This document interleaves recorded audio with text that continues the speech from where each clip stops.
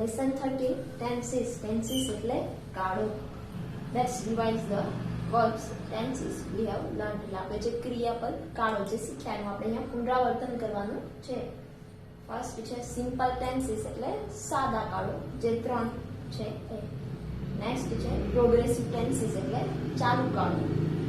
There are 3 simple tenses. સાદા કાળ કેટલા છે? 3. એમાં ફર્સ્ટ કયો આવશે? સિમ્પલ પ્રેઝન્ટ ટેન્સ એટલે સાદો વર્તમાન કાળ. તો સાદા વર્તમાન કાળમાં શું હોય કે આપણી જે દરરોજની ટેવો છે, દરરોજ થતી આપણી દૈનિક જે ક્રિયાઓ છે, આપણું રૂટીન જે છે એ, જે સચ્ચાઈ, બધી હકીકતો, કહેવતો છે એ બધું જ કેનાથી વડે આપણે દર્શાવી શકીએ કે સિમ્પલ પ્રેઝન્ટ ટેન્સ એટલે સાદા વર્તમાન કાળથી દર્શાવાય છે. એનું અહીંયા ફોર્મેશન છે કે આઈ સાથે વર્ક એનું જે છે એના મૂળ રૂપમાં આવશે. જ્યારે વી ગો એટલે પણ મૂળ રૂપમાં, યુ સાથે પણ એના મૂળ રૂપમાં, જ્યારે હી શી ઇટ એટલે ત્રીજો પુરુષ એકવચન હોય ત્યારે જ ક્રિયાપદની પાછળ શું લાગશે? એસ કે ઈએસ. જ્યારે દે સાથે પણ શું આવશે? ગો. ચાલો આપણે ઉદાહરણ દ્વારા એને શીખીએ. આપણે અહીંયા ટેબલ કમ વર્બથી બનાવશું.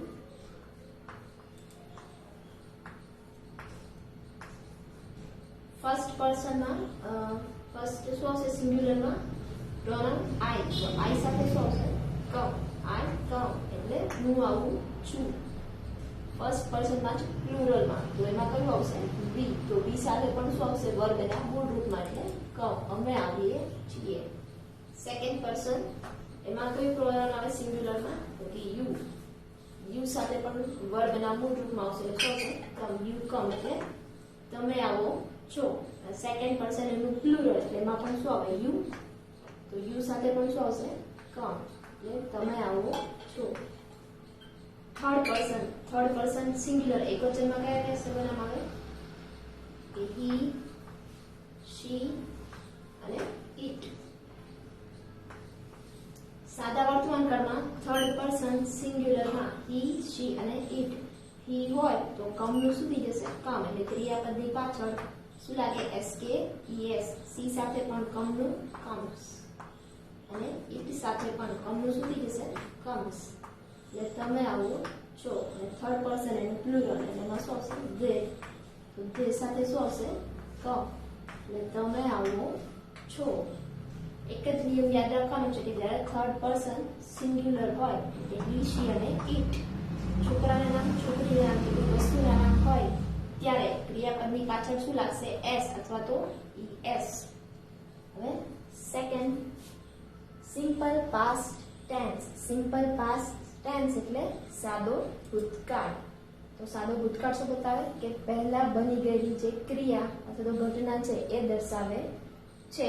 તો જે પહેલા બની ગયેલી ક્રિયા ઘટના છે કે હું ગઈકાલે મંદિર ગઈ હતી તો એ ક્રિયાઓ દર્શાવે છે. અને આનું ફોર્મેશન શું આવશે? V2.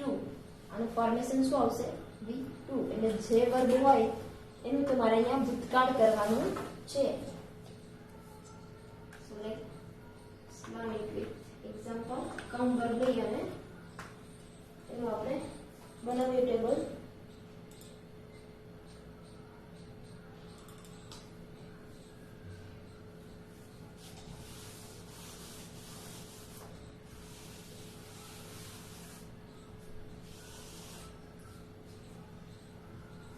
કમ વર્બ છે તેનાથી ફોર્મેશન આમાં શું આવશે?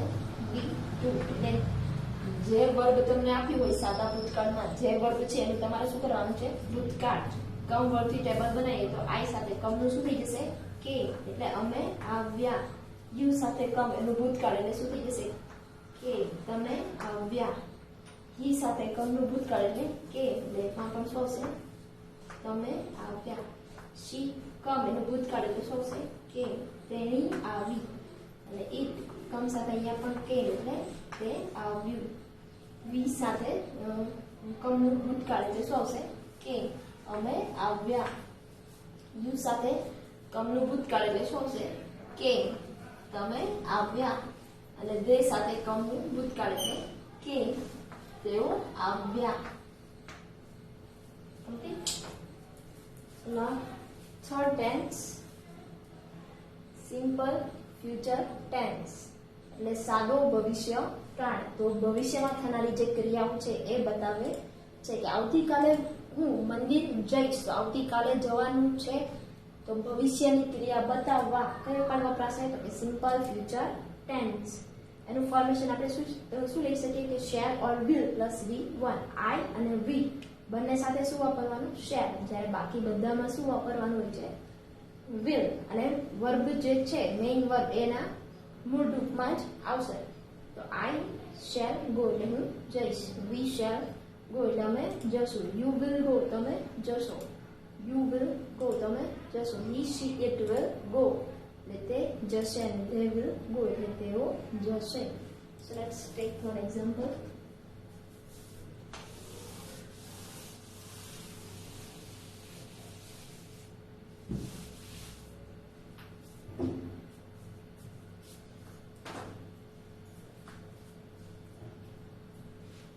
અહીંયા પણ આપણે કમ વર્બ લઈએ તો કે આઈ સાથે આપણે અહીંયા શું લખીએ છીએ? શેર. આઈ શેર કમ એટલે હું આવીશ. પછી યુ શેર યુ સાથે શું વપરાશે? વિલ. યુ વિલ કમ એટલે તમે આવશો.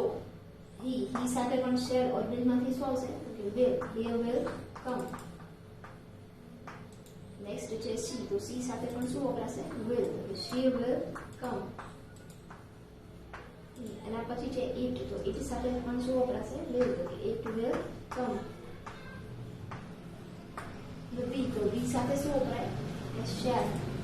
વી શેર કમ. યુ છે તો યુ સાથે શું વપરાશે? વિલ. તો યુ વિલ કમ. દે. તો દે સાથે પણ શું આવશે? વિલ. દે વિલ કમ એટલે તેઓ આવશે. Now let's see another tense, which is present progressive tense. એટલે ચાલુ વર્તમાન કાળ. તો બોલવાના સમયે જે ક્રિયા ચાલુ છે તે દર્શાવવા માટે વપરાય છે. આઈ એમ ઇટિંગ બનાના. તો હું કેળું ખાઈ રહી છું એટલે મારી કેળું ખાવાની જે ક્રિયા છે એ અત્યારે વર્તમાનમાં ચાલુ છે. તો જે ક્રિયા ચાલુ છે એ બતાવવા માટે કયો વપરાશે? તો કે પ્રેઝન્ટ પ્રોગ્રેસિવ અથવા તો કન્ટિન્યુઅસ ટેન્સ. એનું અહીંયા તમને ફોર્મેશન આપેલું છે. શું છે કે am is are plus verb plus ING. અહીંયા ત્રણ ઓપ્શન છે કે એમ ઇઝ અને આર. તો આઈ છે, આઈ સાથે શું વપરાશે? હંમેશા એમ. જ્યારે પ્લુરલના પ્રોનાઉન હોય વી, યુ અને દે, તો વી, યુ અને દે ત્રણ સાથે શું વપરાશે? તો કે આર. અને હી શી ઇટ સિંગ્યુલર જે છે એની સાથે શું વપરાશે? ઇઝ. જે વર્બ આપ્યું હોય એની પાછળ શું લગાડવાનું? આઈએનજી. એટલે ગો વર્બ છે અહીંયા, તો ગોની પાછળ આઈએનજી લગાડો એટલે શું થઈ જશે? Going. I am going, we are going. You સાથે શું વપરાય? આર એટલે you are going, you are going. He she it singular છે તો એની સાથે શું વપરાશે? ઇઝ એટલે he she it is going. અને દે પ્લુરલ છે તો એની સાથે શું વપરાશે? આર એટલે they are going. So let's see with an example.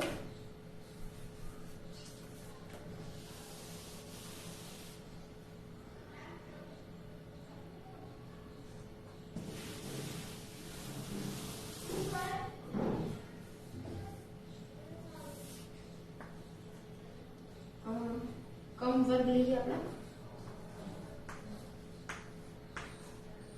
તો ફોર્મેશન શું છે આપણે? Am is are plus verb plus ING. તો આઈ છે તો આઈ સાથે શું વપરાશે? એમ.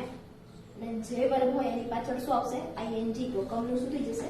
કમિંગ. એટલે આઈ એમ કમિંગ, હું આવી રહી છું. સેકન્ડ પર્સન એમાં યુ.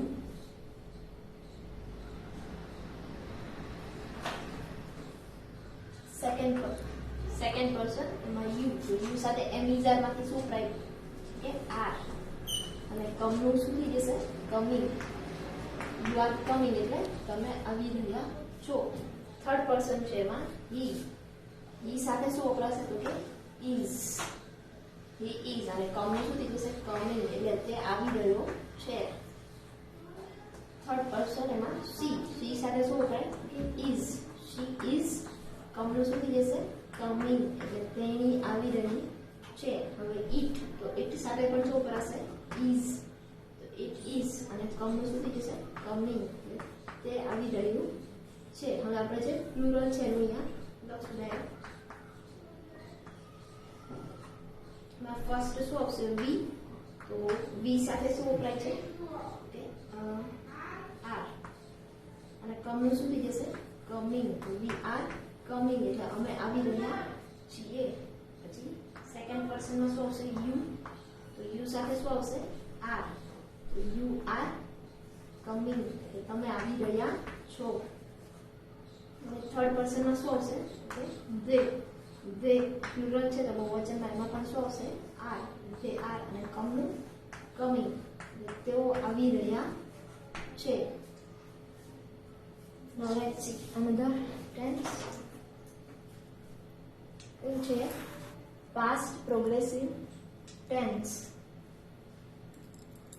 એટલે ચાલુ ભૂતકાળ. એટલે બોલવાના સમયે ભૂતકાળમાં આ ક્રિયા ચાલુ જ હતી એમ દર્શાવે છે કે ગઈકાલે હું ખાઈ રહ્યો હતો. ભૂતકાળમાં આ ક્રિયા મારી ચાલુ હતી એવું દર્શાવે છે. એનું ફોર્મેશન અહીંયા આપ્યું છે. શું છે કે was or were plus verb plus ING. Was ક્યારે વપરાશે? આઈ અને સિંગ્યુલર નામ સાથે. જ્યારે બહુવચન સાથે શું આવશે? વેર.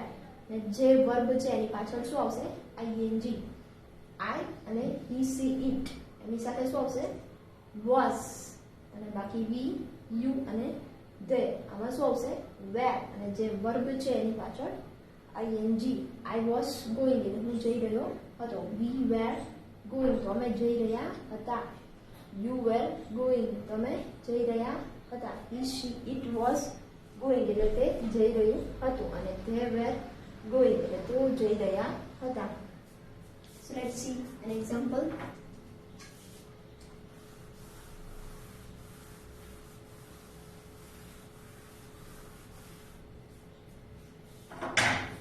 અહીંયા પણ આપણે કમ વર્બથી બનાવશું. ફર્સ્ટ સિંગ્યુલરમાં ફર્સ્ટ પર્સન આઈ. તો આઈ સાથે શું આવશે? ફોર્મેશન પ્રમાણે વોઝ. અને કમ છે એનું શું થઈ જશે? કમિંગ. આઈ વોઝ કમિંગ એટલે હું આવી રહ્યો હતો. સેકન્ડ પર્સન એમાં યુ. તો યુ સાથે શું આવે? કે વેર. અને કમનું શું થઈ જશે? કમિંગ. યુ વેર કમિંગ એટલે તમે આવી રહ્યા હતા. થર્ડ પર્સન એમાં સિંગ્યુલરમાં હી. તો હી સાથે શું આવશે? વોઝ. હી વોઝ કમનું શું થઈ જશે? કમિંગ એટલે તે આવી રહ્યો હતો. સી. તો સી સાથે પણ શું આવશે? વોઝ. સી વોઝ કમનું કમિંગ એટલે તેણી આવી રહી હતી. And it. તો ઇટ સાથે પણ શું આવશે? વોઝ. અને કમનું કમિંગ એટલે તે આવી રહ્યું હતું. Now let's see of plural. ના ફર્સ્ટ પર્સન માં શું આવશે? પ્લુરલમાં કે વી. તો વી સાથે શું આવશે? વેર. વી વેર કમનું શું થઈ જશે? કમિંગ હવે આવી રહ્યા હતા. સેકન્ડ પર્સન એમાં શું આવશે? યુ. તો યુ સાથે પણ શું આવશે? વેર. યુ વેર કમિંગ એટલે તમે આવી રહ્યા હતા. અને થર્ડ પર્સન એમાં શું આવશે? હી સી નું પ્લુરલ એટલે ધે. અને શું થઈ જશે એનું? એની સાથે શું આવે? વેર. કમનું કમિંગ. ધે વેર કમિંગ એટલે તેઓ આવી રહ્યા હતા. હવે યાદ રાખવાનું છે કે શેર અને વિલ છે હંમેશા શેની સાથે વપરાય છે? આઈ સાથે. એટલે આઈ સાથે અને વી સાથે તમારે હંમેશા શું વાપરવાનું આવશે? શેર. પણ જે નવા નિયમ છે એના મુજબ તમે ભવિષ્યકાળમાં બધે જ એટલે કે આઈ અને શેર સાથે પણ વિલ વાપરી શકો છો.